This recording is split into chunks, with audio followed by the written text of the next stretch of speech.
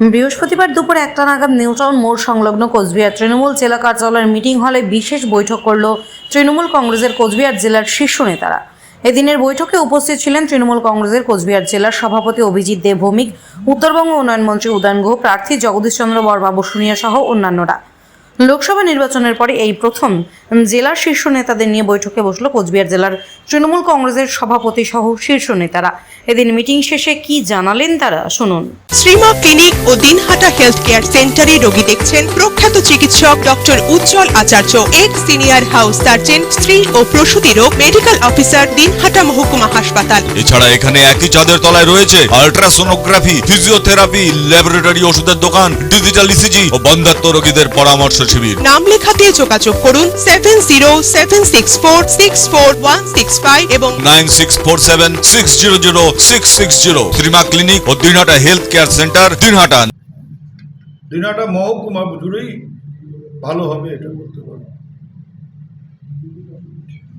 ভোটে লিড হয়েছিল, তাই এবার সেটা কত কি পরিমাণ লিড হবে? সেটা আমি নিজেই প্রার্থী, এবার সেটা নিজে গতবার আমি প্রার্থী ছিলাম না 2019-এ, তো এবারকার মাত্রাটা আরও একটু বেশি হবে, যেহেতু আমি নিজে প্রার্থী। তো সেদিক থেকে আপনারা অনুমান করতে পারেন কী হতে পারে। বা রাজ্যের থেকে যে কমিটিটা করে দেওয়া হয়েছিল নির্বাচনী কমিটি, সেই কমিটির সব সদস্যদের এবং যারা এর বাইরে ব্লক সভাপতি ছিলেন সেই ব্লক সভাপতিদের সবাইকে ডাকা হয়েছে। 22 জন ব্লক সভাপতি ছিল। হ্যাঁ, 22 জনই ছিল। যাদের সমস্যা আছে, যেমন সজল আসতে পারেনি, ও নেই এখানে, এরকম এক আধজন হয়তো আসতে পারেনি, বাকি সবাই এসে। দুজন হয়তো, আমার চোখে দুজন আসে। রবীন্দ্রনাথ ঘোষ চেন্নাই গেছে। এটা খবর জানিস তো? জানি। কি নেই সেই কথা। এই 85% 86% ভোট পড়লো, আপনার দিনহাটা বিধানসভায় 77% ভোট পড়েছে। এবার কি কারণে? আমার লোকেরা ভোট দিতে গেছে, এইটুকু বলতে পারি। মানে তৃণমূলের লোকেরা কেউ বাড়ি বসেছিল না, বা একেবারে যাদের কোনো সমস্যা ছিল না তারা সবাই ভোট দিতে গেছে, এইটুকু বলতে পারি। তারপরে কি পার্সেন্টেজ হবে সে তো সবার দায়িত্ব আমরা নিতে পারি না, কিন্তু আমরা বলতে পারি যে আমাদের ভোটারদের আমরা বাড়ির থেকে বের করে নিয়ে এসে ভোট দিয়েছি। তাহলে বলছে কারো কে এসছে না এসছে আমার দেখার দরকার নেই।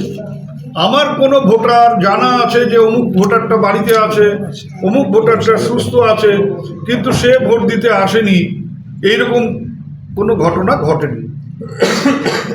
আমরা প্রত্যেকটা লোককে খুঁজে খুঁজে বারবার দেখে দেখে তাদেরকে ভোট কেন্দ্রে নিয়ে এসে তারা যাতে ভোট দেয় সেই ব্যবস্থা আমরা করেছি। কাজেই পার্সেন্টেজ নিয়ে আমাদের কোনো মাথা ব্যথা নেই। তাহলে দিনহাটা বিধানসভা মিটিং ছিল এবং ইলেকশন কমিটি যেটা রাজ্য থেকে করে দেওয়া হয়েছিল, সেই ইলেকশন কমিটি ইলেকশনের পরে বসা হয়নি। আমরা সবাই কর্মব্যস্ততার মধ্যে ছিলাম। সবাই নিজ নিজ এলাকায় বুথভিত্তিক সার্ভে করে নিয়েছে এবং রেজাল্টের কি আসতে পারে সেটা ব্লক সভাপতিরা এবং সেখানকার লোকাল আমাদের সিনিয়র লিডারশিপ তারা সব অঞ্চলভিত্তিক আলোচনা করেছে। সেগুলো আমরা একটু পর্যালোচনা করলাম এবং 4 তারিখে কাউন্টিং এজেন্টদের যারা যাবেন তাদেরকে কীভাবে আনা হবে এবং তারা কোথায় থাকবে, তাদের কীভাবে ট্রেন করা হবে, সেই বিষয়গুলো নিয়ে আলোচনা আমাদের আজকে হলো। সবটা মিলিয়ে লক্ষাধিক ভোটে তৃণমূল কংগ্রেসের প্রার্থী জয় নিশ্চিত, এটা আমরা বলতে পারি। আপনারা গণমাধ্যমে মিলিয়ে নিতে পারেন। বিধানসভায় বৈঠকে মূলত আমার যে বিষয় সেটা হচ্ছে সবাইকে আমার আন্তরিক অভিনন্দন জানানো যে আমি ক্যান্ডিডেট হিসাবে আমার জন্য, দলের জন্য প্রত্যেকটা সিনিয়র জুনিয়র সব নেতৃত্বরা তারা এবারে নির্বাচনে যেভাবে লড়াই করেছেন এবং যেভাবে নিজেদের সম্মান বাঁচানোর জন্য তারা মাটি কামড়ে পড়েছিলেন, সেই জন্য আমি তাদেরকে আন্তরিকভাবে অভিনন্দন জানাই এবং ধন্যবাদ জানাই। এবং যে কথাটা উঠে এসেছে যে কুচবিহার জেলার এই কেন্দ্র এবার সর্বাধিক ভোটে আমরা জয়ী হব।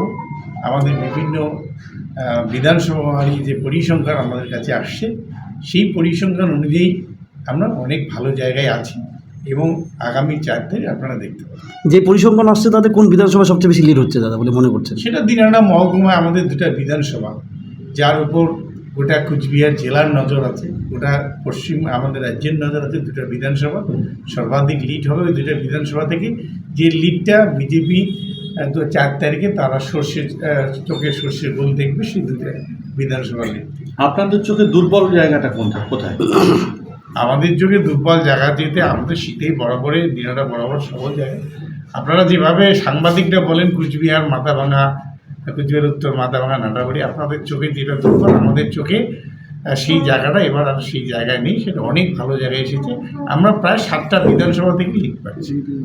দাদা, গত লোকসভা সভাপতি আবার কি হলো? দাদা, দিনহাটা বিধানসভায় যদি জিজ্ঞেস করি, দিনহাটা বিধানসভায় কতটা লিড থাকবে বলে মনে হয়? হঠাৎ দিনহাটা নিয়ে বললেন। দিনহাটা তো এবার পাখির চোখ দাদা, দিনহাটা তো পাখির চোখ। তা সেক্ষেত্রে কি এরকম কি হচ্ছে দাদা? দেখবে কি হয়, অপেক্ষা করুন আর তো কয়টা দিন। আমরা অপেক্ষা করতে পারি, তোমরা পারো না। না, আপনারা তো অপেক্ষা করে পর্যালোচনা করছেন, তার ফলাফলটা যদি আমাদের একটু বলেন তাহলে। সবার মুখে হাসি আছে। মার্জিনটা কত হবে দাদা মোটামুটি? তোমার মন খারাপ হবে। আমার কোনো মন খারাপ ব্যাপার নেই।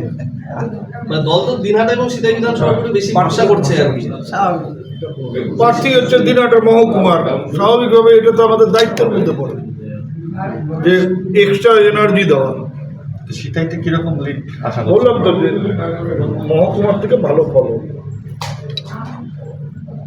ভোটের আগে বা নির্বাচন সময় একটা পর্যালোচনা ছিল যে কোচবিহার উত্তর, নাটাবাড়ি এইসব জায়গায় তৃণমূলের একটা, মাথাভাঙা এইসব জায়গায় তৃণমূলের একটা চাপের মধ্যে থাকতে হতে পারে। বিজেপি বারবার দাবি করেছে চাপের মধ্যে তো সব জায়গায় দিনহাটা আসিতেই কি আমরা চাপের মধ্যে ছিলাম না? সব জায়গায় চাপের। নির্বাচন করব অর্থাৎ আর চাপ অনুভব করব না, তো সেটা কখনো হতে পারে না। সে যদি আমি যখন 1,64,000 ভোটে জিতেছিলাম তখনও একটা চাপ ছিল। এবার হচ্ছে আমাদের প্রার্থীকে জেতানোর যে চাপ, সেটা আমরা সবাই মিলে উপভোগ করেছি।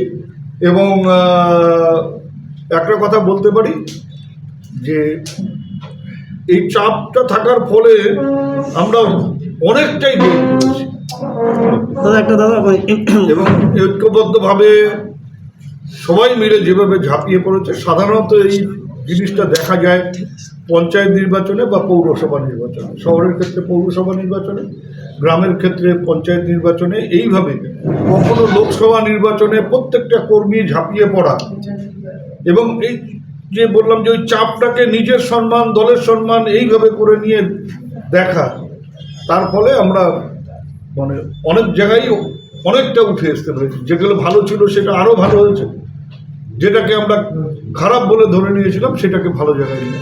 মাথাভাঙা, কোচবিহার উত্তর, আমি আবারও বলছি তো, আমি আলাদা করে কোনো নাম বলছি না।